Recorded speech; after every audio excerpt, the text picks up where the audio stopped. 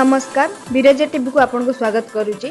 T20 विश्वकप पर Dhoni mentor होगा नहीं बीसीसीआई बेस खुश कहले प्रकृत कारण। नुआ दिल्ली बीसीसीआई चयनकर्ता माने T20 विश्वकप टीम इंडिया घोषणा कर 4 वर्ष पर अश्विनी को भारतीय दल को फेरिबा, शिखर धवन और युजवेंद्र चहल को 15 जणिया दल में स्थान न मिलवा चर्चार विषय होता। यह सत्वे पूर्वतन अधिनायक MS धोनी भारतर विश्वकप दलर परामर्शदाता भाव दल को कमब्याक कर माही दल में जोगदेवा पर समालोचनार पहाड़ गदा हो जापरिक दुईटी दल में विभक्त हो जाती।